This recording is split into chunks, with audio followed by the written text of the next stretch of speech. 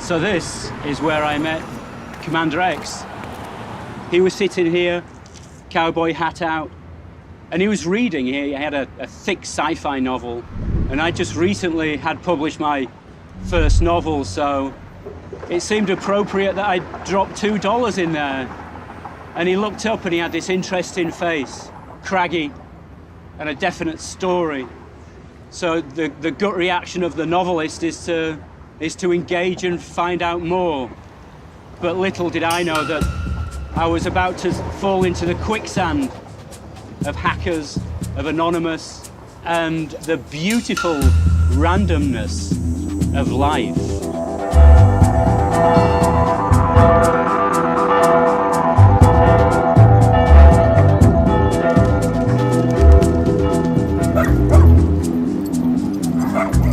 He saw me reading a book, and he's like, you know, I wrote a book.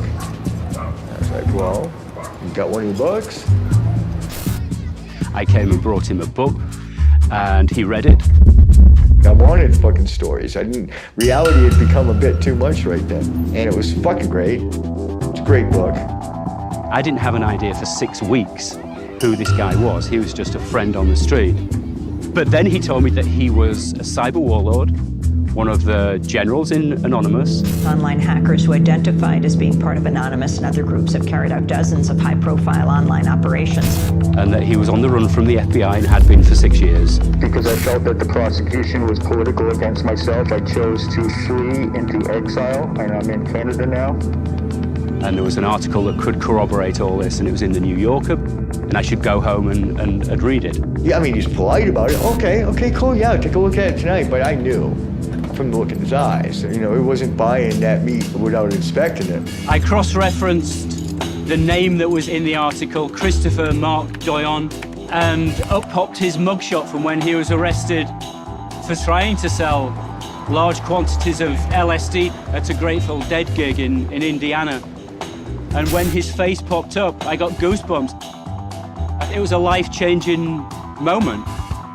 I get the same look every time I reveal myself. I could tell that he was just like, dude, you really are this person.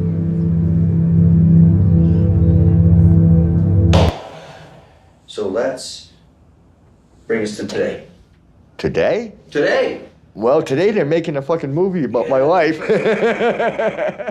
I've been called cyber terrorist, but I have to laugh right now at the fucking very idea. What is an information terrorist? Please, I mean, can somebody help me with that? How can I terrorize people with the truth? Commander X had a knack for being at the beginning of these movements, being right there. We're information activists just trying to make our world a bit freer and a little better. He is smart, he is articulate, and his words have power that most people's do not.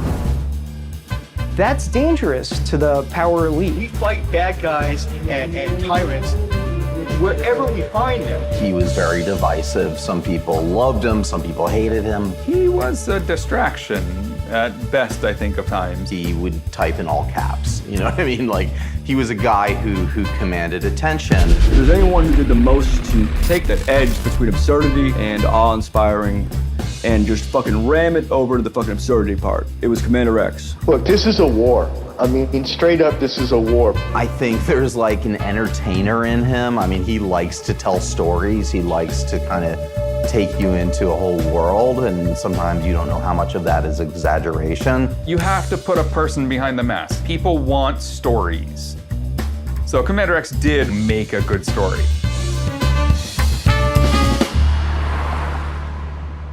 I was talking with my editor at The New Yorker about doing a larger piece about Anonymous, and to me the story was, how has activism moved from the streets to the internet and then back to the streets? That was, I think, fundamentally the story I was telling, and Commander X was really the personification of that. It was a profile of a contemporary American activist. He grew up in Maine, like on a ranch in Maine. But, you know, he had a difficult life. He had a difficult upbringing. His father was abusive. My parents were not very good people. I'm just going to end it there. But they were not very good people. And so I spent a lot of time at my grandmother's house, and I had become fascinated with the idea of computers. The Industrial Revolution expanded the strength of man's muscles in the reach of his hand. The Information Revolution is magnifying the power of his brain, changing forever the way Americans work, play, travel, and even think. I was always quite fascinated with the computer in Star Trek. The thing fucking talked. So I convinced this guy who worked for my dad, he was a pharmacist assistant, to bring me to the local university and show me a real fucking computer. So he brought me down to the university, sat me down, and of course I immediately sit there and I was like, hello, computer. Because the only knowledge I have of computers is Star Trek, and it's supposed to talk, right? And he's like, no, it doesn't work like that. And there was a program. It was a very basic chat program. As a friggin' 13-year-old kid, you're sitting there to shit kind of start talking back to you. You're like, fuck me. You know, that's incredible, you know? Then I went to my grandmother and I said, I need $100. There was no way to buy a computer back then. It was a kit that you bought, and then they sent it to you, and you had to literally solder the fucking thing together and then plug it into a television and a cassette recorder. And the cassette recorder acted as the hard drive. And I said, Grandma, just sit down, please. I want to talk to you. I am convinced, Grandma, that these things called computers are going to change the world. And she's like, well, what does it do? I was like, you can use it as a calculator. You can balance your checkbook with it. You can play video games. She leaned back in the chair and she says, well, I'm going to spend $2 and buy you a pocket calculator. And then I'm going to sit you down and teach you how to balance your checkbook. And then if you do all that, I'll take you out to the video game store, and for $40, I'll buy you a Pong game. And you can just skip the $100 computer. I said, Grandma, you just don't understand. This is going to change the world. It took me about a year to put the thing together. So you can see that coming into it from that way, in that fashion, just the fascination's never going to wear off. Now I'm like a kid in the candy store. I'm living my own science fiction. I wake up every morning, I get in front of that computer. I am not unhappy. I spend 10, 12 hours a day in front of that thing, and I just find it all fascinating every single fucking day I get up. He gets to Cambridge. He was sleeping on park benches. My understanding of it was just because he liked the mobility of it. He claims that he was always homeless by choice. And then I went to a Grateful Dead show. Inevitably, that was going to come into it. And it was in Boston.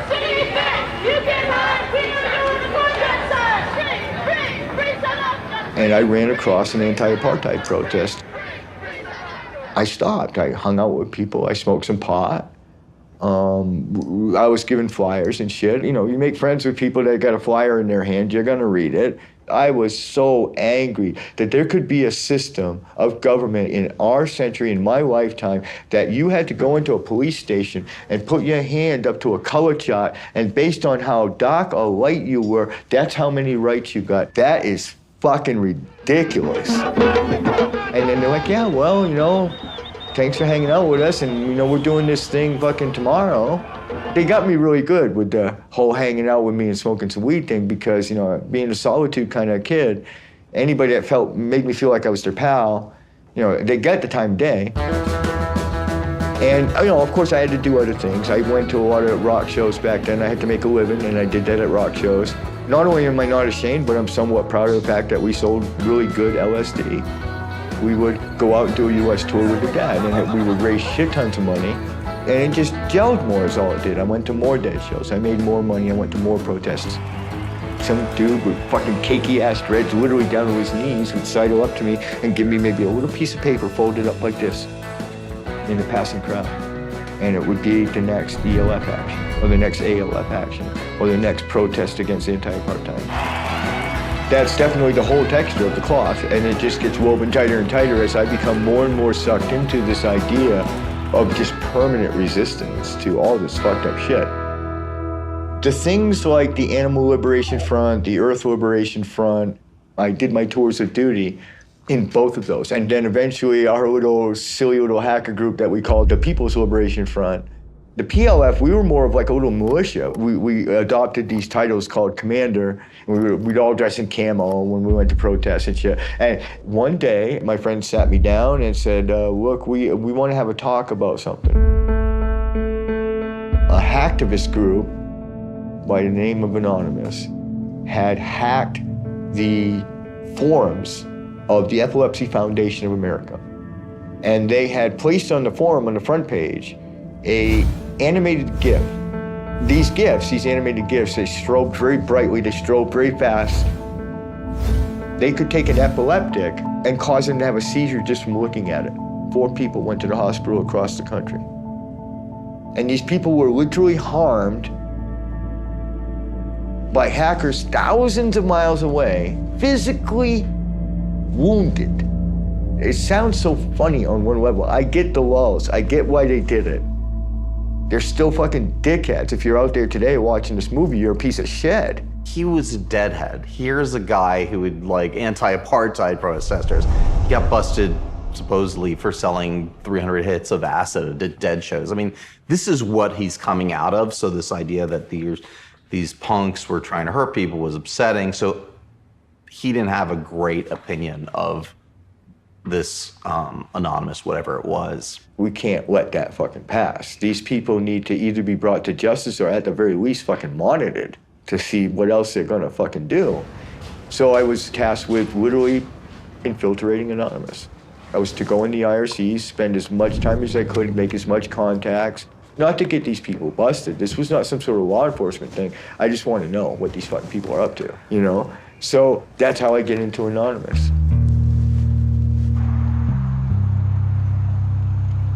There was no founder of Anonymous. From late 2007 on, there was some degree of soft power that, in one way or another, managed to corral this phenomenon, and did so in ways that were effective, that allowed it to become a decisive force, sometimes in the history of nations. There was no reason to expect that would last. Without a charter, without a structure, there was no reason to expect this would go on for too long. It is frankly shocking in retrospect that it worked for as long as it did. My name is Barrett Brown. I'm a journalist, an activist, and a gentleman adventurer. Anonymous was not founded, and I'm not sure if anybody would have taken responsibility for it had they actually founded it back in the 4chan days. The 4chan website, the image board that have been around since 2004, 2005, the primordial soup from which Anonymous eventually evolved. That was the crucible for Anonymous. So I don't think you can really understand Anonymous without understanding 4chan. There were message boards within 4chan. It was a forum for people on the internet to talk freely and openly about a variety of subjects. Then there was a board that was just the random board, /B, where you could talk about anything. That's where it became a bit more free form. And the idea was that your default handle was Anonymous. That was the name you were given. It was kind of like this hive mind of the internet. And so they started to do what they called raids, which was sort of like, hey, let's do like a little field trip on the internet, something fun and stupid. So they did, one of the famous ones was Habbo Hotel, which was this children's game, which they decided to infiltrate, have all these characters with afros. I think there was some like Nazi imagery. It was just about shock value and fun. Obviously offensive fun. I participated in some of these things, like some of this Second Life raids where they would don these bizarre, garish outfits and go around and wave giant penises, like at concerts that were having in Second Life and bomb furry nightclubs. I remember thinking like, the emergent organization that's going on here. This is a new dynamic that the internet has made possible. In a world where there's no more pioneer land, there's no more frontier, suddenly it was all frontier, in every direction. I wondered, what would happen when these people realize what power they have and what greater power they could have if they were to adopt some shared ideology, some shared enemy even. And that ended up happening. Everyone knows that Anonymous existed, depending on how you look at it, all the way back to even late '03. But in reality, that was 2 people on a website, The strangest thing happens, in January '08, it becomes this, giant movement that the news is covering. And that was partially my fault. and definitely an accident. You know, I look back and I wish I could say, you know, I masterminded this amazing thing on purpose. No, I have no idea what I was doing, dude. On January 14th, 2008, up on 4chan, this video is posted of Tom Cruise being insane. Tom Cruise, Scientologist. Being a Scientologist, when you drive past an accident, it's not like anyone else. As you drive past, you know you have to do something about it because you know you're the only one that can really help. And another post comes saying the video is gone. And everyone's like, well, wait, why did that get taken down? That's Tom Cruise being insane. It's fucking funny. We decided that we're really good at doxing people. We're really good at getting their information and hunting people down, and used some connections to find the person who had the video. And by we, I mean a few of us who were on IRC, which is a chat system. We went and found the person who had uploaded that video and got their source, and we re-uploaded it. It was taken offline in like 30 seconds. Scientology at that point was watching YouTube for everything going by and like, got it again. And that actually pissed us off. You just don't do that. You don't take something off the internet. I remember talking to someone about this, and they equated it to like a playground, and somebody took their ball. We have fair use laws under the DMCA, but YouTube was still caving because they didn't want to fight $1 billion behemoth like Scientology. The Church of Scientology had a long history, ever since the internet became a thing, of trying to control it, trying to censor materials from the church that they consider to be proprietary, generally things that are embarrassing regarding their beliefs. So we decided we were going to troll Scientology by putting out a press release. Hello, leaders of Scientology. We are anonymous. Over the years, we have been watching you, your campaigns of misinformation, your suppression of dissent, your litigious nature. It skirted the line between goofy and awe-inspiring. It happens to successfully veer towards awe-inspiring. Anonymous has therefore decided that your organization should be destroyed. This is ominous. Like, we're writing like, the internet is coming for you, get ready. We shall proceed to expel you from the internet and systematically dismantle the Church of Scientology in its present form. Anonymous promised an army would come and defeat Scientology, would come and bring just unprecedented chaos. It was about 10:20 at night on the 21st of January, 2008. I don't remember my birthday half the time. I don't know why this one sticks so well, but that we uploaded this video. And I think if I'm lucky, 20, 30 people watch this video, find it funny. We are anonymous. We are legion. We do not forgive. We do not forget. Expect us. I got woken up by my girlfriend at the time. It was like 4:30 in the morning. She's calling me, maybe 5, is right around there. And she says, turn on CNN. And I turned on CNN, and the video's on CNN. And I'm like, what is going on? You have nowhere to hide, because we are everywhere. And at that point, we're sitting there with 1 million views on the video, news reaching out trying to get a hold of us, Scientology paying big money to private eyes trying to find us, and an army kind of in front of us that are all going by the name Anonymous now. They promised an army. They didn't have it, but by virtue of making it clear, making it palpable, people wanted this army that would emerge from the internet and right wrongs. And so naively, we're like, well, then let's plan a global worldwide protest in every, major country on the planet. We're gonna be those old school protest types, but do it like the internet does it, so make it fun. We're sending Anonymous outside, so they better remain anonymous. So we're gonna need to cover our faces. The media needs something they can show that's the ominous thing, right? So we had to give them a mask. It had to be available. So we actually spent the next about 25 hours calling comic shops, costume shops, and literally every single city we tried to call had Guy Fawkes masks in stock, sitting in back that no one was buying, that they had discounted because everyone thought after the V for Vendetta movie that 1 million of these would sell, and none did. And we're like, well, great, decision made. It's the only mask we can actually use. Everyone wants a romantic version of this story. No, it was because it was the only one that was available in every single town we were gonna be in. It was ominous. It sort of created this mythology of Anonymous. Who is Anonymous? What are they? They wear these masks, And I think that was the time when Anonymous was really branded. And so having conceived of the Army and presented the picture, the Army came. They happened to be clever enough to organize all of these thousands of people who saw this video they made. And so the Army was materialized. The Army showed up. This is what the internet would look like if it went outside. There were women, there were people of color, every race, there were young and old, there was everyone. And we just weren't expecting that. We were really expecting the young hackerish 4chaner guys to all show up and that to be our little group of 20 that stood on the corner for an hour. And instead, all these other people showed up, and it was great. And that's how Anonymous first became a decisive force. We have a thing now. What do we do with this? It had only been built for fighting Scientology. In reality, its whole goal was actually just to screw with them for a week. You know, again, this being so off the cuff and so completely accidental, every step of it, we didn't expect this to keep going. The Scientology protests at that time was funny as hell. And that's what eventually sold me on them. They really were turned out to be people that were authentic. So I'm hanging out with these people, and like I said, the vast majority of them, I have to admit, were good people. At that point in the story, there's just one of those cathartic moments that's about to happen for really everybody.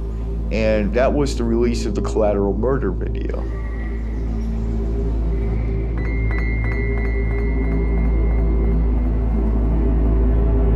See all those people standing down there?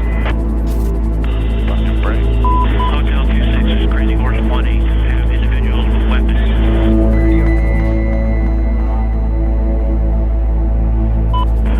Anybody got an element? Call we got an RPG. All right, we got a guy with an RPG. Coming to fire.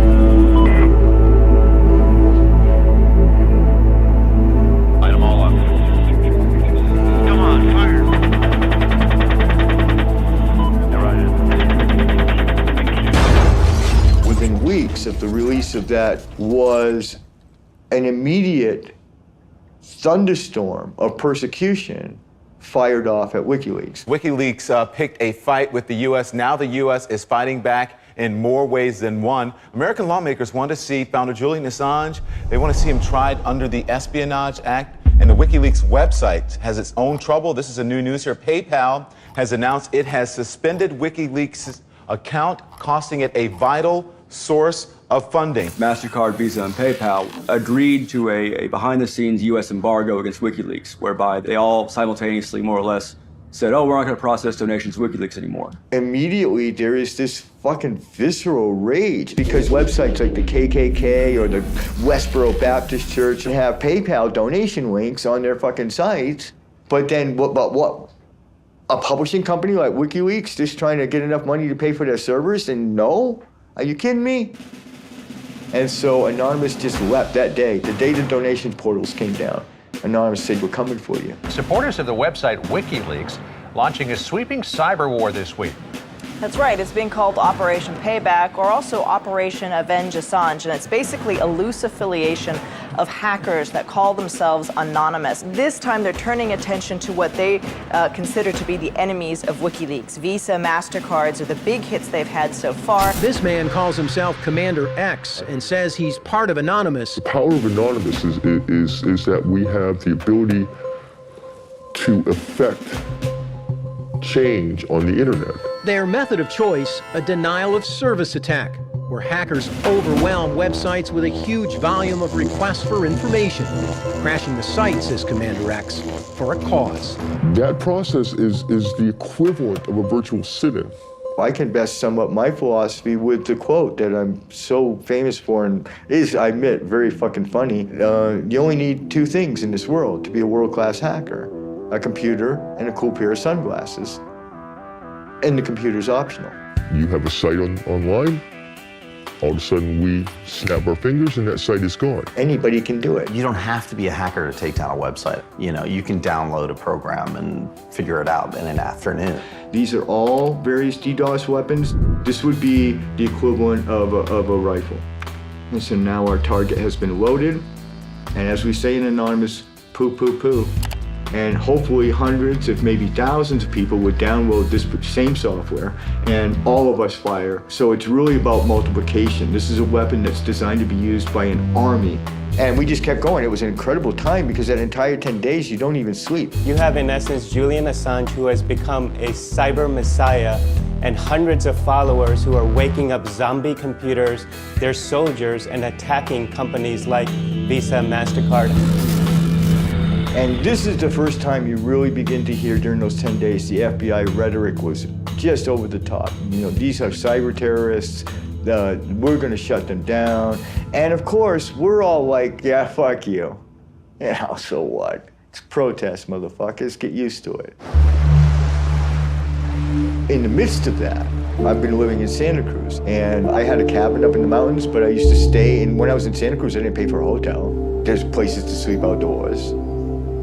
Santa Cruz doesn't just have homeless people. You have like you're mentally ill and you're addicted, who hover around Santa Cruz because there's a lot of drugs there. It's a surf town. But the vast majority of people that they label homeless people are actually just bohemes. They're just people traveling up and down the coast. It's a travel corridor for backpacking, camper living culture that exists in California.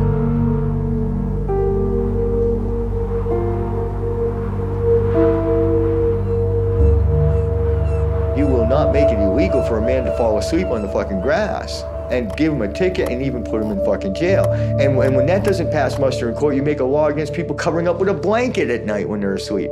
Literally, they got a blanket law in Santa Cruz. I'm not even shitting you. These homeless people had a protest camp going called Peace Camp. We were sleeping on the courthouse steps. We're sleeping in protest. We're sleeping literally with a sign next to us that said, I am protesting the sleep law. That's why I'm sleeping here. There's people sleeping all over this fucking courthouse. What's going on here? It's Peace Camp 2010. So the camp has grown from an overnight sleep-in to a 24-hour hangout. We're stars, man. Peace Camp 2010. They can't get enough of us. We are the media darlings. I'm at the next at the Santa Cruz County Courthouse, where homeless activists have been protesting city ordinances for more than a month. We have a squad of sheriffs on hand. The Santa Cruz Police Department despised all of us, professional protesters. I'm just notifying you're sleeping here illegally. You move off county property as soon as possible, okay? Lodging here illegally, here's a written notice for you. These people are not guilty because there's no public shelter. And the tension began to grow in Santa Cruz, very, very big time. Get rid of the untouchables. Looks like they're going to arrest us. Good chance. And I'd been arrested. Hey, Chris, you have a warrant out for your arrest. So I'm going to need you to go ahead and place your hands behind your back. Just go ahead and step those down. Nobody had any clue that this scraggly guy with a long red beard and everything is like one of the most notorious hackers online. With the name Commander X. I decided that I would harness my new friends that I was garnering in the Anonymous Collective. And I said, I got a plan. I said, I think I want to take down the county website. I said, but I want to be super cool about it because I'm here in this fucking town. So what I'd like to do is do it really ethical hacking style. Let's do it on a Sunday at noon for 30 minutes, and we'll pre-announce it. We'll tell them the specific time it is going to be down so that, the public will know that you just wait, and it will come back. I just went off and did it. I sat in a fucking coffee house. And I'm churning out these attacks. I'm deploying cyber weapons that our crew built just to DDoS shit. 2 detectives from Santa Cruz Sheriff's walked in and gave everybody a good fucking look over. And that's when I started packing up to get the fuck out of there. Oh my God, my fucking heart is coming out of my chest. The sweat is pouring off me. I got my pack on my back, my laptop over my shoulder, and I just fucking scoot left and walk normal as you can. But anyway, I make my way to the library, put out the press release from the library. And then the next morning I get up and the headline is on the Santa Cruz paper. I mean, in big black letters, Santa Cruz cyber attack. And I just knew it was epic. And I knew that my life would never be the same again. And the other thing I also knew was that Anonymous was the most powerful force ever to be created in humanity so far. And that, no doubt, they were fucking coming for us. And coming for us with guns drawn, literally. Cyber is the battlefield of the future. And most of these attackers are going after whatever the hell they can in order to show you what they can do. And that is very hard, very frankly, to defend against. I'm Leon Panetta, former director of the CIA, former Secretary of Defense, and now chairman of the Panetta Institute for Public Policy. Power can be very infatuating when you know you have power and you can exercise that power. And I think in many ways that's what happened with a group like Anonymous and other hacking groups that suddenly realized they had their hands on a very powerful weapon and they weren't quite sure. And I think they still remain not quite sure about just exactly what it means. You know, for something like the CIA and for other intelligence agencies, at least you know the devil that you're after. But when it comes to anonymous hackers, it was much more difficult to try to figure out what are they after? What damage could they do? Are these just a bunch of people, you know, playing 21st century hacking games? Or are these people that have a motivation that could be very dangerous to our security? I was fucking Batman. And I had powers. By then I was like gearing up. I'm geeking up. I'm starting to fucking bust some shit. I'm starting to fucking have some fun with this. Because I was working very hard by that point. I was putting in 10, 12, 15-hour days to this movement of Anonymous. I was participating to the fullest extent that I could do and not die.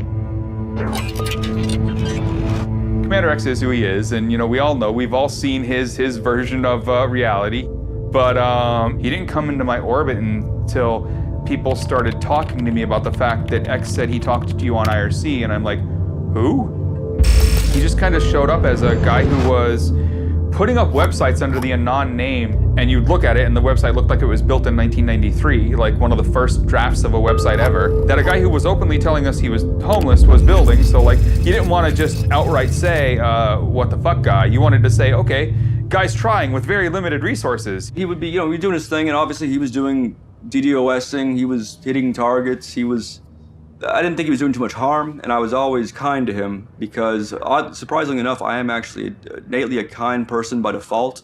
And I just said like nice things, sometimes like sarcastic, like, go forth, continue, Commander. As I understand his story, he was the kind of hippie protester who showed up and, was holding signs anti-war and all that, and that was none of us. To speak the honest truth, like I'm the 19-year-old driving a car who sees a puddle and a bunch of people at a bus stop and hits the puddle as fast as he can.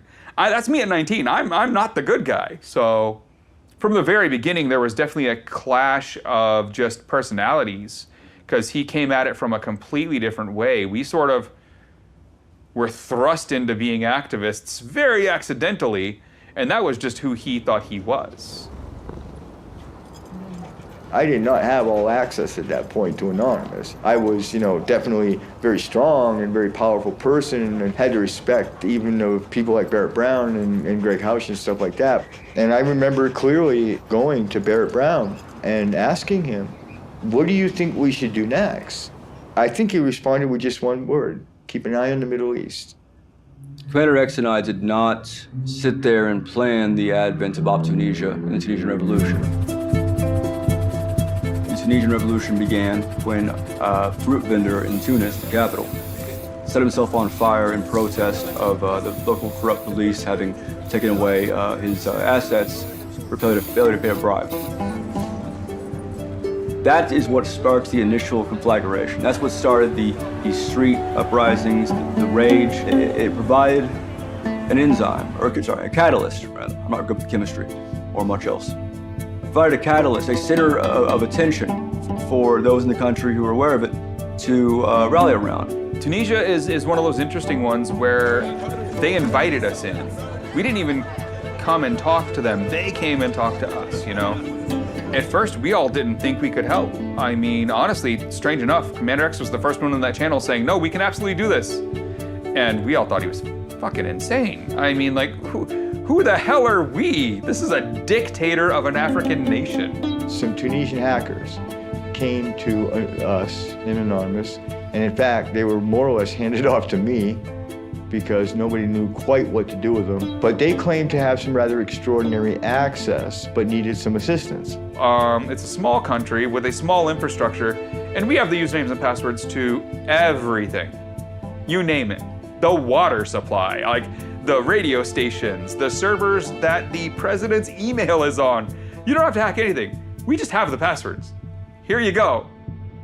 So we were able to prove that these people were receiving just enormous bribes, living like gods, while Tunisia drowned in poverty. And so now these people are really just fucking furious. Is this right? Who are the people who are planning on going to the streets? Are they our people? You know, are we helping some extremists who are going to make it worse? So we did a lot of work with these guys, and we did, honestly, like days of research into who the president was, Ben Ali, who he was, you know, the dictator, you know. Turns out the people who were going to the streets were really the people, and they needed to overthrow this dictator. To the extent there is right and wrong, and that one can point to a large group of people and say that one is mostly right, that one is mostly wrong, there was never any question that we were right, and that if this was to escalate further, it would be a terrible thing for living involved, but I would personally be enthusiastic about that.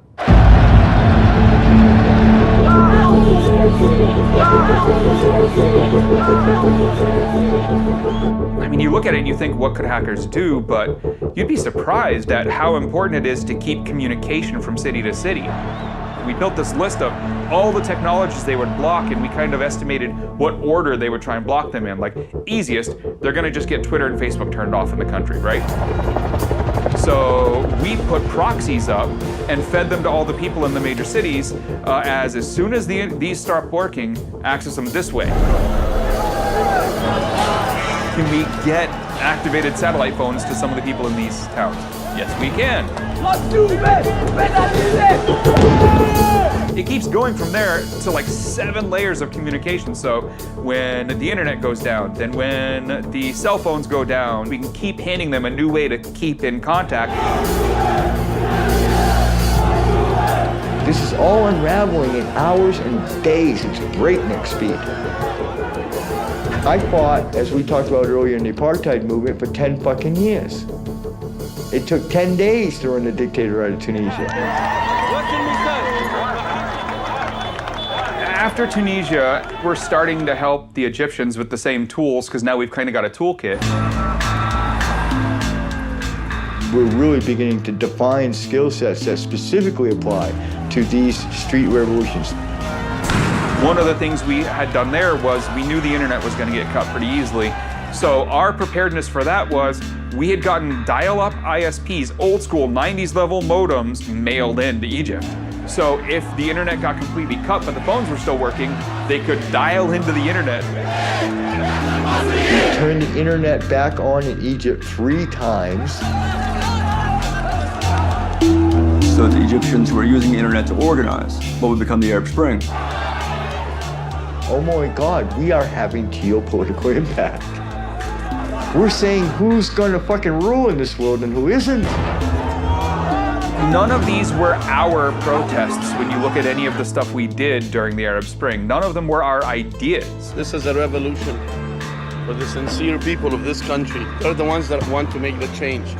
They're the ones that will make the change. They're the true heroes of this country. People showed up, asked for our help. It turned out it was things we could do, so we did it. And then I went back to building some plumber's website the next day. I mean, I think we came out of the Arab Spring pretty convinced we were all fucking gods. Commander X is definitely a victim of his own ego at this point. Was Commander X on the ground in the square in Tunis, in the capital, getting shot at? No, there were people on the ground risking their lives. They could have possibly done this without us. We could not have done it without them.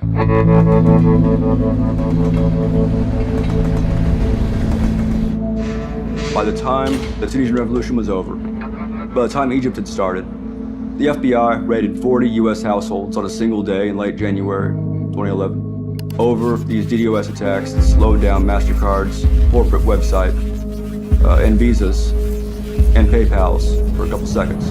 Armed raids with families being held at gunpoint in some cases. They were gunning for us. This is like fucking war. Dozens of FBI agents targeted alleged members of the loose-knit hacking group. Armed with search warrants, agents hit 6 homes in New York, along with locations across the country, seizing hard drives and computer accessories. It's all at the same moment, literally the same fucking moment. That's how they do this shit. So that we can't get on like IRC and say, hey dudes, they're coming, fucking wipe your drives and run. And so that's what they did, except there's only got 39 of them because one was Batman. The reaction that they had was so knee-jerk to our attacks on PayPal, MasterCard, and Visa. Visa.com went offline for a few minutes. Did that affect anyone's ability to buy anything or give anyone's info away? No, it did nothing. Their marketing piece where you could download a brochure was offline for a few minutes. Somehow, $50 million and damn it. No, dude, no. When have you, as someone who has a Visa card, ever gone to Visa.com? It didn't affect anyone. And it was down for 5 minutes, but they tried to get people, you know, to go to prison for it. MasterCard's website was offline for a couple hours, but again, that was their fault. Their shit was really badly built. But again, very clearly, nobody uses those sites to do their transactions. Those sites are advertising. You know, what does it take to get a case indicted these days? A couple mil in Bitcoin and extortions and things like that. Whereas, you know, what did it take a case to get indicted in 2010? The low orbit ion cannon. By nature, it's a joke. Like the thing says pew pew on it. It's by nature, it's a joke. And, you know, a joke will get you prison in 2010. My name's Jay Lederman. I'm a criminal defense attorney. I do a lot of underdog work. I do a lot of stuff that people won't touch because they're worried it's at too high or too clandestine a level that men in, you know, black Escalades are gonna pull up and what have you, and that shit doesn't happen. Come on. Don't tell them that though, because then I miss out on all my fun. I sent out a series of tweets that I would represent some righteous hacktivist busted in my hood, meaning California. So in our general mailbox, the next day, there was a message from them. It said, I'm Commander X, and you know, I am the Commander X, not just Commander X, I am the Commander X. And he thought they were looking for him for the potential Santa Cruz DDoS. They consider that unauthorized access. And he thought that things were going down very quickly, or going to be going down very quickly for him. I was in Mountain View, California. And I had known that they had pretty much tracked me to Mountain View. I was seeing the Crown Vics around. I saw the FBI agents in the library when I was surfing on the internet. They would have had me surrounded by at least a dozen agents at all times. They must have really, really feared me at that point to deploy a dozen agents rather than just walk up and fucking arrest me. I'm going back and forth with X. You know, we had the meeting spot arranged. At that point, I'm still using like some sort of commercial-based email. I'm still new. And he was using some encrypted form of email. For some reason, he said to me, the last email he said to me was like, Jay, I'll see you at 10 o'clock at the such and such coffee house. And I said to him, why on earth did you say that? He had told me the name of the place weeks before. I had it written down. I knew where I was going. There's a guy in Bermuda shorts and that stupid Hawaiian shirt that they always make FBI agents wear, thinking that that's somehow fucking stealthy, and he's staring right fucking at me as I'm walking down the street. So I'm like, okay, so it's a game, right? So I'll play the game. I go to the coffee house. Another FBI agent comes in, sits down, takes my fucking picture with his cell phone, and I was like, okay. Let's see if you know about the secret fucking passageway out of this fucking coffee house, because I did. Down the fucking stairs I went, out the fucking back door. Nadia, the fucking fib from hell, she was screaming because she fucking saw me bolting down this alley and couldn't get out of traffic in time to come after me. ended up coming up the fucking sidewalk with pedestrians literally weeping out of this woman's way as she drives up the fucking sidewalk. And I was just sat down in a bus stop. I lit a cigarette. And an FBI agent who I've come to call a cybercrime guy got out of the van, calmed Nadia, the fib down, made her put her gun away, and just calmly sat there with me and waited while I finished my cigarette. He asked me my name, and I said, dude, if you don't know who you're about to arrest, you're not doing the job right. Right then, Jay Lederman drove by. I was looking for parking, and I got a call from my office that Christopher Doyon was off. Yeah, I called back the number, and it was an FBI agent. They were like, yeah, hold on, he wants to talk to you. They got him an hour before I got there at the place we had arranged to meet. I don't know what their methods are. Who knows if they had like some camera planted in the little, whatever tree X was like, you know, sleeping under, you know, looking at his computer when he's typing it. You know, I can't prove that it was on my end, but it sure appears that the FBI violated attorney-client privilege by having my emails monitored and were able to pick him up an hour before I arrived at the meeting.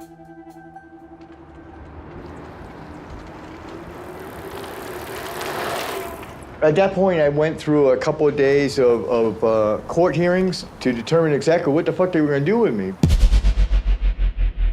They were alleging $6,200 in damages. They did what they could to make sure it was over $5,000 because that's what they were told by the United States Attorney's Office. How do I know that, even though I don't know that? Because that's what every United States Attorney's Office tells everyone about it. They say, listen, you got to get this over $5,000 or this is a misdemeanor. This is just some guy in a library like clicking enter on his computer. Come on, man. It's like, what's this worth? And that's what ultimately happened with PayPal. It was, you know, be good for 18 months and we'll dismiss all of these. Of course, he could have gotten 15 years. So I was released on bail. It's a mistake, tactically on their part. You had me and you let me go. And so of course I went back to the fucking war. I'd like to state for the public record that this press conference is being held against the advice of my legal counsel. X is good at giving attorneys ulcers. Me, I'm ulcer proof. I work fine. This document alleges that I am the notorious hacker activist known to the world as Commander X. I am Commander X. Well, I don't know. You try to tell him to shut up. See how that works. The indictment further alleges that I am in association with the global internet freedom movement known as Anonymous. And I say yes, I am immensely proud, humbled to the core, to be a part of the idea called Anonymous. He does have the right to remain silent. He chooses not to exercise it. You know, I am a homeless guy. And I'm scary smart. And despite the best efforts of the city, the county, and now the federal governments, I will not be silenced. The FBI is now in possession of 3 of my computers, 2 fucking cell phones, and God knows how many fucking external drives. They've taken all my electronics. They've forbidden me from using electronics. Well, how am I going to handle this? I can't go back to hacking, but I want to keep fighting and keep fucking with them. And it dawned on me what I was going to do. I'm going to say goodbye, and I'm not coming back. And I began my run to the Canadian border. As far as I knew, I think he was like sort of the first fugitive out of this whole movement. I never really believed that he was in Canada because it seemed too obvious. You know, it's like hiding in plain sight being in Canada. Like, I really didn't think he had gone to Canada. And sure as heck, he went to Canada.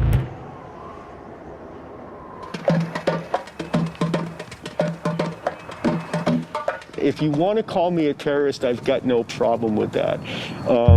But I would ask you, who is it that's terrified? And if it's the bad guys that are terrified, I'm really super okay with that. The media, for some reason, loved talking to and about Commander X. I, for the life of me, never got it, but I also didn't think I had to. Like, the things he was saying in the media, while sometimes they were crazy, most of the times they were just our talking points. I went to go see him up in Montreal. Whenever you heard interviews with somebody anonymous, they treated it like, you know, you were some like troll that had run out of a cave and you're all pixelated and all of that. But like, here was a guy who kind of looks like an older hippie guy, and that put a face on something that had been faceless to a lot of people. But I think it was in that moment too when he really became even more ostracized within the subculture of anonymous, because the one thing you weren't supposed to do was to distinguish yourself really as an individual and put a face on something that's faceless. A lot of accusations have been levied at him about what literally is referred to as fame whoring. And they're not entirely wrong. I mean, he obviously wanted it. He literally named himself Commander. His own version of the story, you know, very much says that he came in and was, you know, helping to make things better. And there were certainly people who just felt that Commander X didn't deserve to have a feature in the New Yorker about him. It was that line in the New Yorker, but I forgot who said it, but it was like, you know, I really got sick of Commander X when he started comparing himself to Batman. That is a line that if it is said about you, if it is written about, if it is something that everyone agrees with, if it can be uttered in truth, should be enough. But let me go further. He was an albatross. He was an anchor on all of our necks. He would claim that like actions were being taken that weren't being taken at levels that just we weren't working at that time. His alias is Commander X, and in some recent interviews, he's made some startling claims. He says that Anonymous may very well be the most powerful organization on Earth, and that the group of 50,000 members worldwide have access to every classified database in the US government. People would then be like, why did he say that? I mean, that just sounds stupid. Like, we could bring small children in here and like we could tell them, oh, we have access to every classified data, and like a 5 or 6 year old would suddenly work that out and be like, well, how do you know, first of all, that you have all of them, and second of all, you know, why would you say that out loud if you really did? Wouldn't that be a massive security breach? Talk a little bit more about that. Well, I have nothing more to say. What do you want to know? It was getting to people because he was also making the message look bad. Like, he says this that's obviously insane, then another Anon says something that's obviously true, but they're all insane. Several weeks ago, I began research and experimentation on the development of a software program and kit that, when downloaded and installed, would allow the user to conduct true time travel, essentially turning their home computer into a time machine. This is literally a fucking email he wrote in 2009. I was taking a break from reading up on the theory behind sonic time travel, and I was sitting under a tree. Sitting under a tree, that's obnoxious. I was wondering idly if I would ever crack the theory of time travel. How could you even wonder that? At that moment, myself from approximately 25 years in the future came strolling down High Street. The me from the future, less than 10 feet away, turned and actually smirked at me. I guess my time travel software kit works. That's Commander X. That guy was among those people who, when I was not able to formulate the message in the background or the foreground with the press, it was him.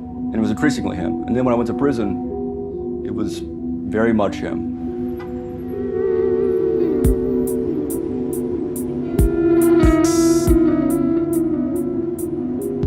The FBI raided me on March 6th, 2012. Raided my apartments first, found I wasn't there, which was by design.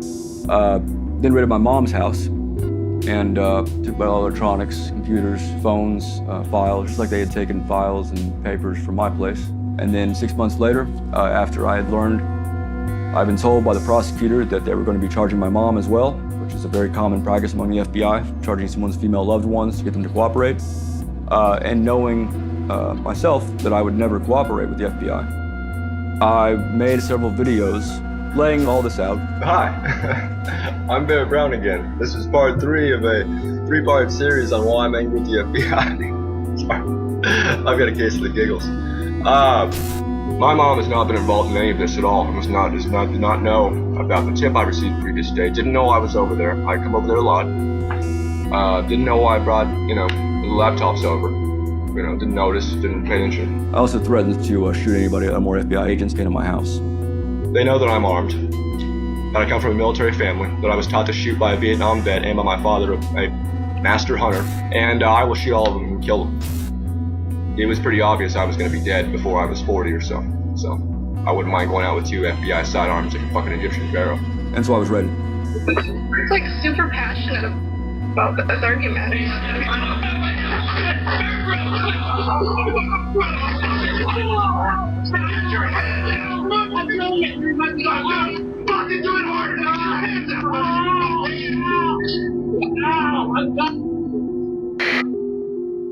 Oh, is Barrett getting fucking raided by the FBI? Holy shit!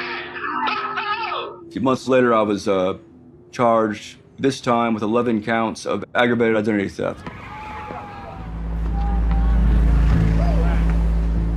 The charges in this case, to justify it, involved me copying and pasting a link from an anonymous IRC chat room. Then a month later after that, after those charges, I was charged once more for obstruction of justice, just like my mom was, for hiding laptops in her kitchen cabinet. So, long story short, I went to prison.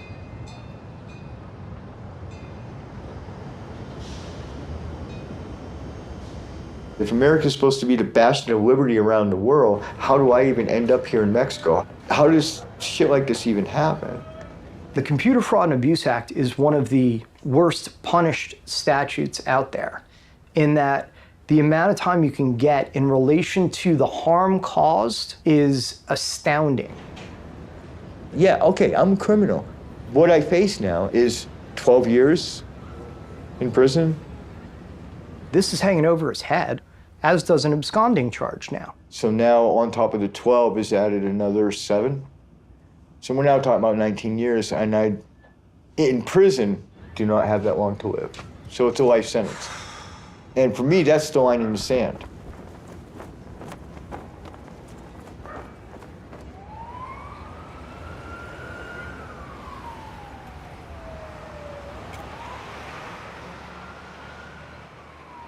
I actually first went to Toronto because of the world premiere of a documentary called We Are Legion. Introduce yourself.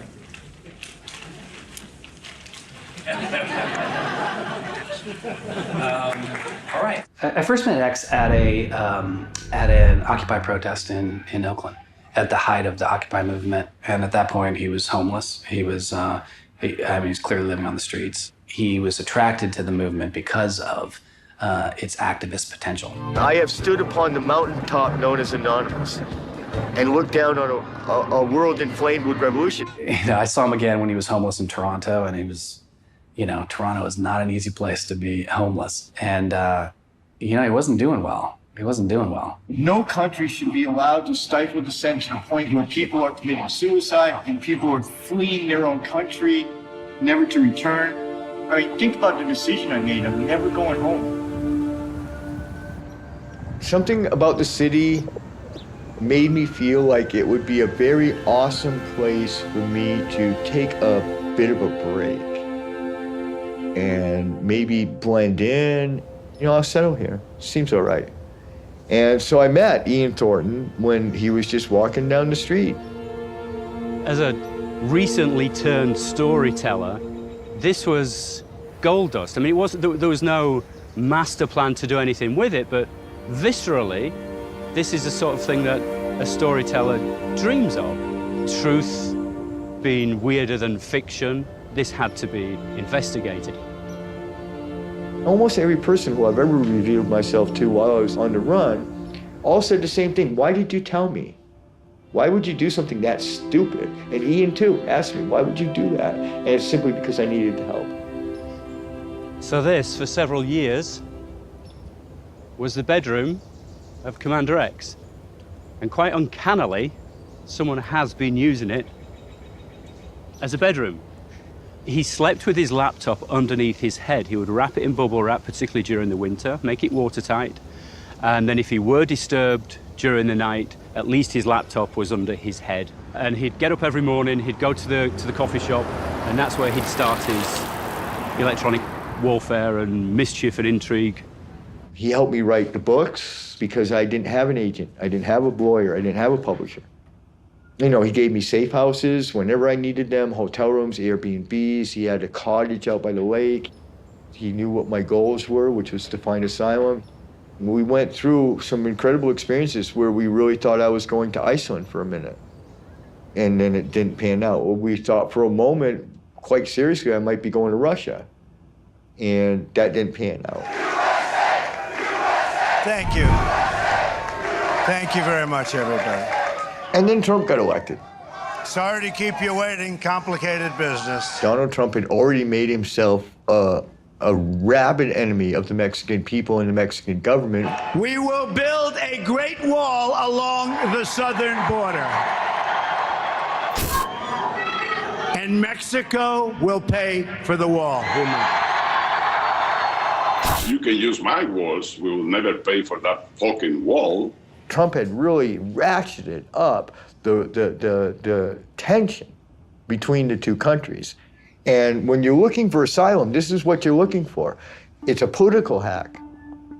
You're essentially looking to pit two nation states against each other for the sole purpose of creating a tiny bubble of freedom for yourself. So Mexico is looking really in play here.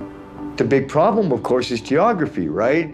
I've got to go back into the United States of America. And do I really want to go back from being a political dissident in exile in Canada to being a fugitive, both boots on the ground? And so I produced a 30-page PDF and called Ian to the coffee house. I said, so what do you think? And he said, you're not going to actually do this, right? And I was like, yeah, I think I'm going to do it. I said, well, I want to help. And so that was born Operation Golden Eagle. Golden Eagle, for those not maybe up to speed, is the national bird of Mexico. We made a nice code name. I secretly contacted Barrett Brown, and I said, do you want to come with me, dude? You want to get out? When I won't go to Mexico with you, when I'm, to leave a country that I have increasingly come to despise, it means I don't like you and don't think much of your planning ability. And his decision was no. How many times do you have to flee the country? I just want to do it once.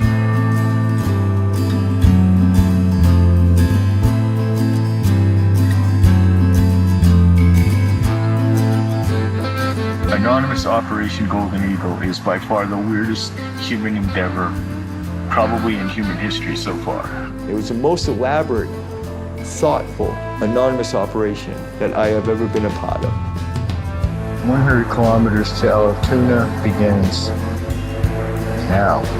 This is southeastern Manitoba, Canada. We knew it was hunting season in Manitoba. We knew if I was going to go through the woods in Manitoba, I might get shot at. And I did.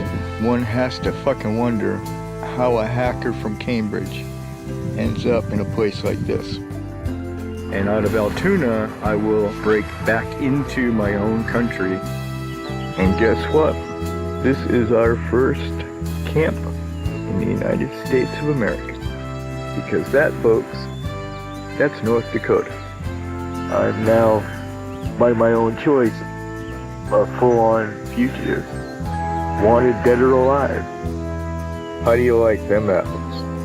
I'm actually taking a cab right out of Pembina, straight to Grand Forks. From Grand Forks, I'm catching a Greyhound all the way to El Paso.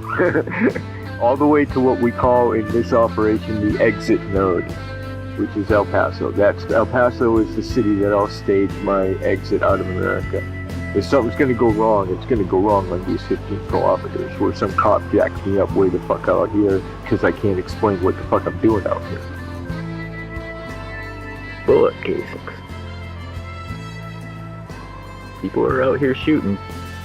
And if I don't make it, or if I'm killed by bandits, or if I'm captured by United States authorities in the last 1.5 kilometers to the border, I want you to know I did my best, but hopefully I make it.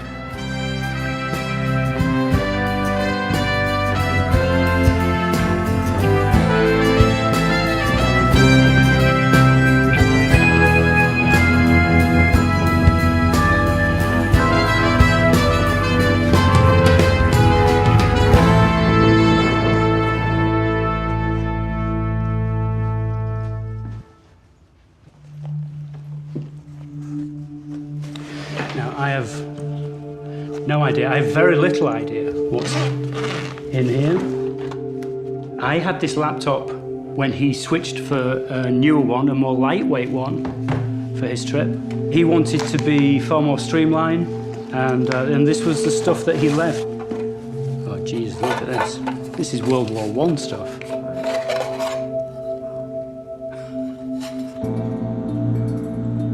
When I hugged him at the Greyhound station in September 2017, I didn't think I was going to see him ever again.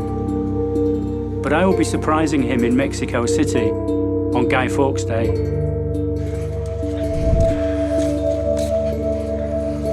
People in the Anonymous Collective have learned to watch my Twitter very carefully, and so I began to tease, hey guys, watch me on November 5th.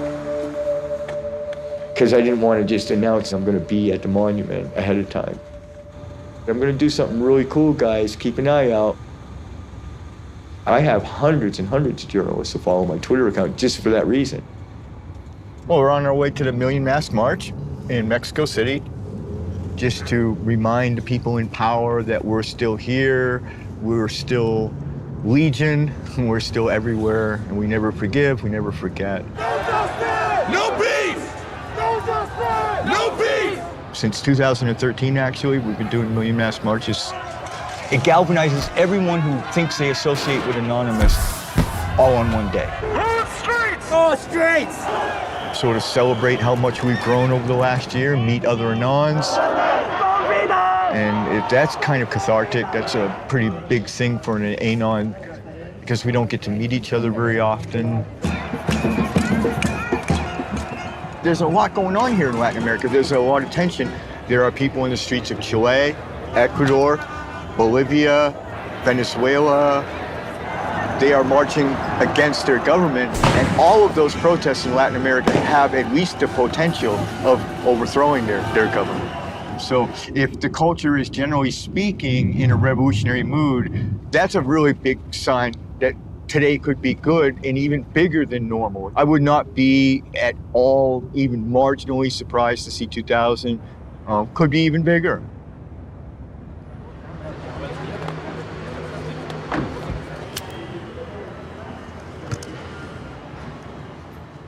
Ha ha ha! Look at this, you. Okay, come on, get him in the truck. Get him in the truck, quick. We gotta get out of here. We gotta go. We'll talk on the way. Let's go. God, dude, look at you. You you brought a mask, right? They took them off me at the airport. They are illegal to bring them in? I don't know, but I had 4 of them. They took them from me. Oh, we have our wits about us. That's not good news, actually. That's concerning.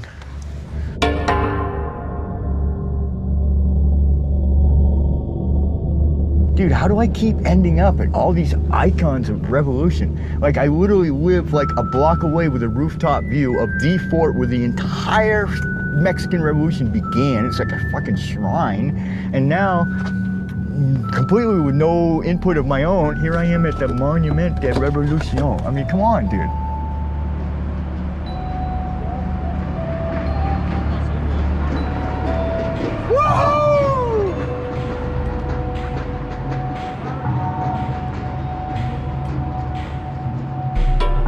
Today is a Million Mask March, Anonymous Million Mask March, and Anonymous has always supported Julian. So all over the world, Julian supporters decide to show up on this day, on November 5th, and wear a Julian mask instead of Anonymous mask. Julian Assange expuso corrupción de gobiernos mundialmente, también expuso crímenes de guerra de todo el mundo. También expuso las corrupciones que existen entre las corporaciones y por todo esto ha sido perseguido, ha sido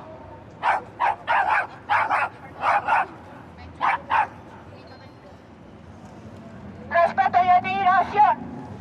y admiración a Julian y no prisión.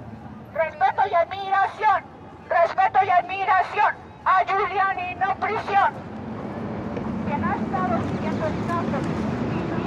Okay, I gotta talk to my people. All right, guys, this is Commander X live Like a Million Mask March. You know, we're few right now, that's true. Maybe by other standards of other Million Mask Marches, but that can change in a heartbeat. If you are somewhere in Mexico City right now and you happen to be listening to this stream, then, you know, get your shit down here. We're not going anywhere. And if you can't, then just get busy and start tweeting streams, other people's streams as well as my own. Make it go everywhere. Make everything go everywhere about Million Mask March. Let's really make ourselves known this year.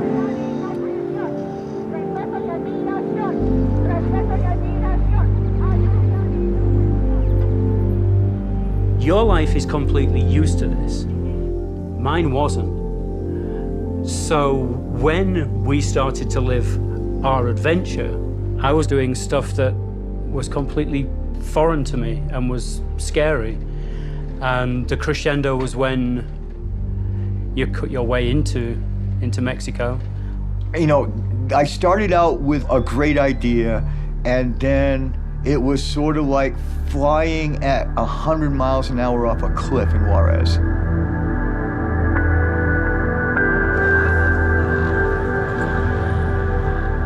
I left Juarez thinking this was fucked up shit. I was screwed, and I'm gonna end up living in a hut in the desert in fucking Mexico, eating cactuses for the rest of my life. Honest to God, I thought was completely fucked.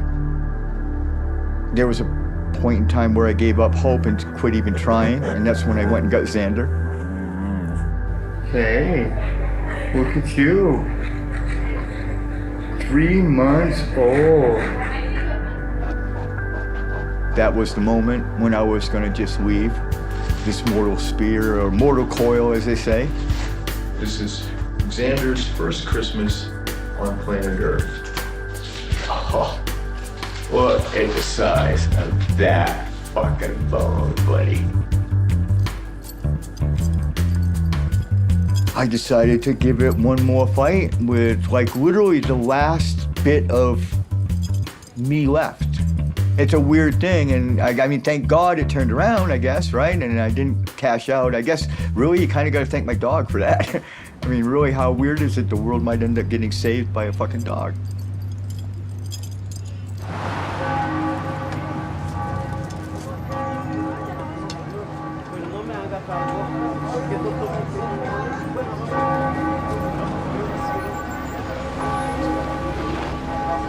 I'm here in Guanajuato now, you know, having spent a couple of years, almost exactly, here in Mexico.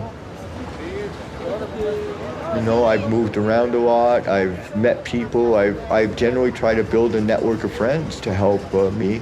They're the same, right? Same size? Same. Is this grande or this? I like the color too, I take that one. Yeah, yeah. And thus comes into play people like Vic. Well, I was just walking in the streets, and then I saw this American guy who was standing, all lost. Didn't know where to go. I just saw him like looking one way and the other. And he saw us and, hey, guys, do you speak English? And I'm like, yeah. Hey, where can I go to a coffee shop? And I'm like, okay, let me take you there, especially because of the streets here. So we started walking, and we started talking, and then he kind of asked some questions to see if I kind of knew a little bit about, well, Anonymous. And I'm like, oh yeah, I'm familiar with it. And we talked a little bit more, and he said that he was one of the founders of Anonymous. And whenever I got back home, I searched online. I was like, oh shit, it's truly him.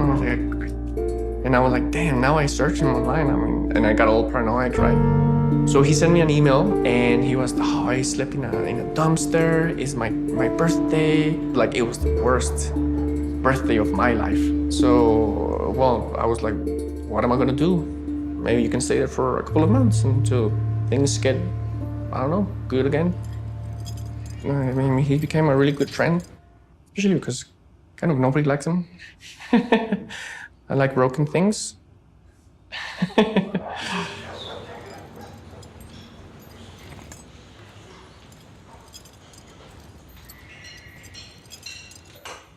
Es como parte de nuestras vidas, entonces nos ocupamos de él, nos ocupamos como de lo que necesita.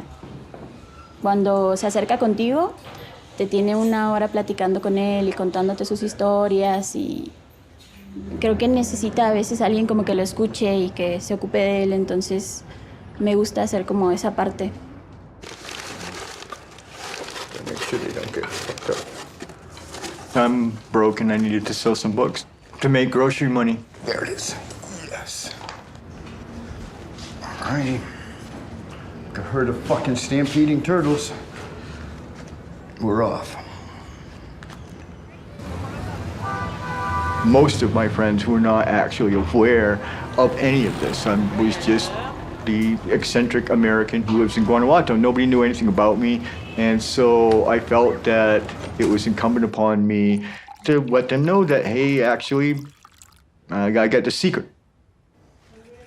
And I mean, I tried to put myself in their shoes for a moment and think, wow, what if I found out that Vic was like friggin' Batman? You know, that's the kind of level of revelation this is. You know, you got a really serious secret life here that nobody knew about.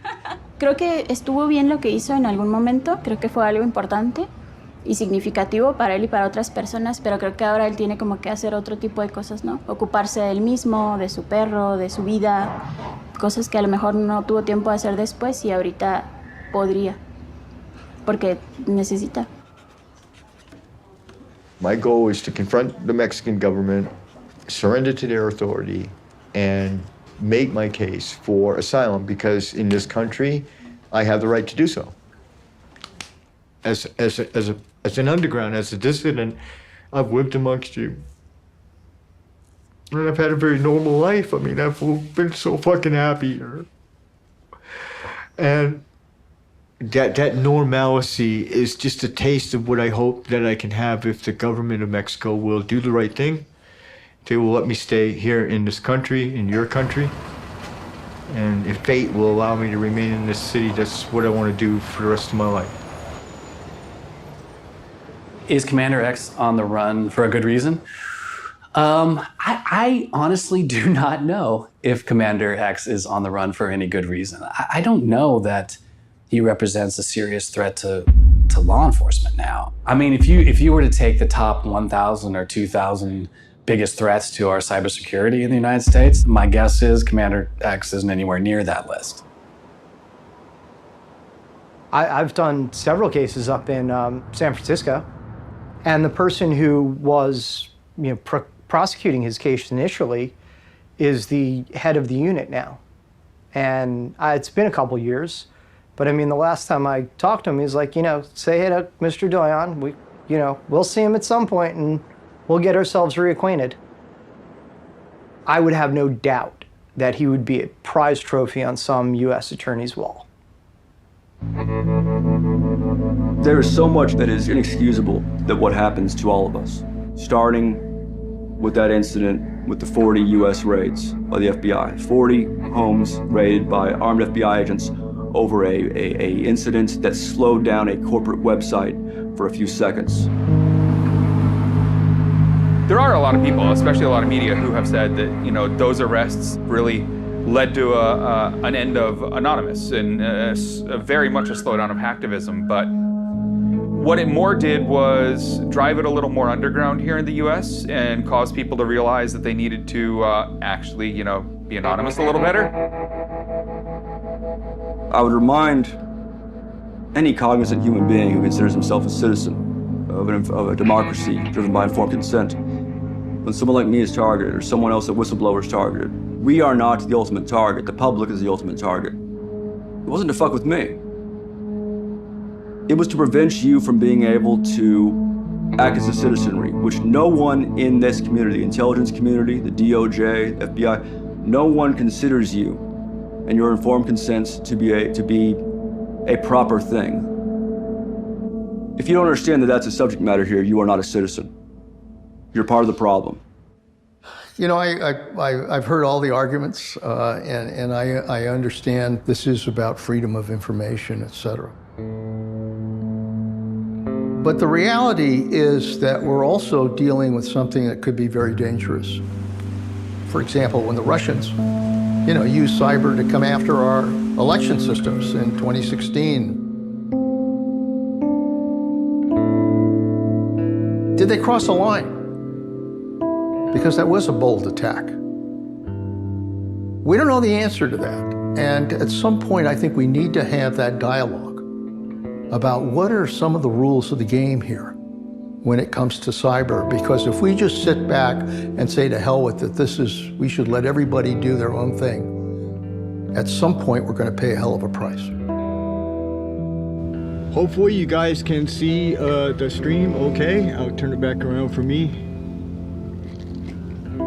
Thank you for tuning in this morning. Hopefully, like I said, everything will turn out okay. I have my legal paperwork with me.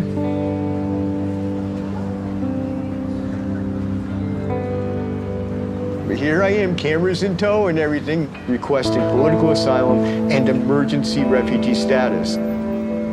I've always known that this moment would come, but I also didn't want to fuck it up.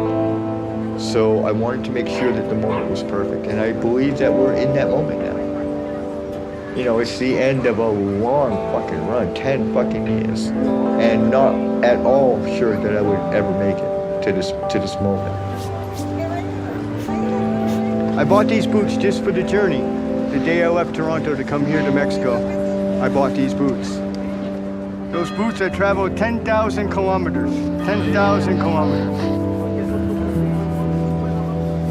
You make the decision, then yeah, of course, you instantly accept the consequences. And the consequences of this decision is I would most likely never go home, except perhaps in a box.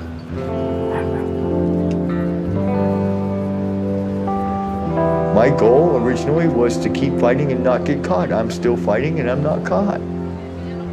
And I'm this close to victory. And this time in a very permanent, final way. You're not fucking gonna drag me back in chains. End of conversation.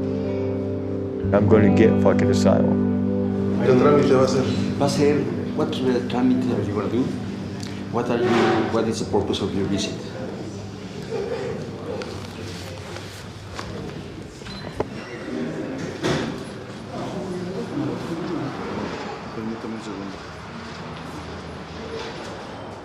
And now being 99% sure that we got our ducks in a row and the things are in place that need to be in place, and I will be, I believe shortly, surrendering myself to the authority and the sanctuary and the safety of the Mexican government.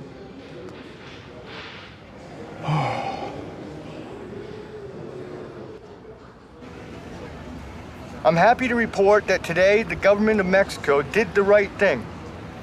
Officials of the INM have accepted my petition material for political asylum and have granted me emergency refugee status. I am the first information activist in history to receive political asylum in a foreign country for protest actions taken under the flag of Anonymous. One of the reasons that I stuck with this process to the bitter end, despite my not really having to, was my fervent hope that I will not be the last. You know, the way he talks about it, it's almost like you're talking with a Vietnam veteran who's talking about his brothers in arms. I mean, he really feels it and gets emotional. The reality is, too, is that Anonymous and X, all these people, like, they've left a trail online. If you dig hard enough, you can find it. And Commander X will be remembered as one of these iconic figures, divisive figures, whether you believe him or not.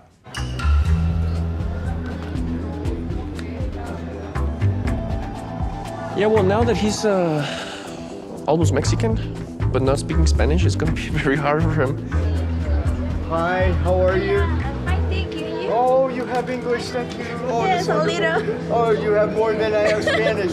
One burrito, one latte. Okay. Perfecto, thank you so much. This is gonna be a lot of fun. Like watching him, like getting a job, being stable, having routine, like work. I think it's gonna be even harder than getting the residency.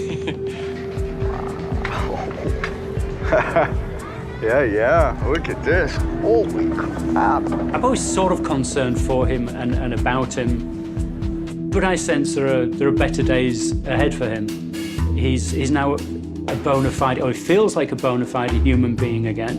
He has a piece of paper from a government with his picture on it. And even for an anarchist and a maverick and a rebel such as he, That seems to make him feel somewhat whole again.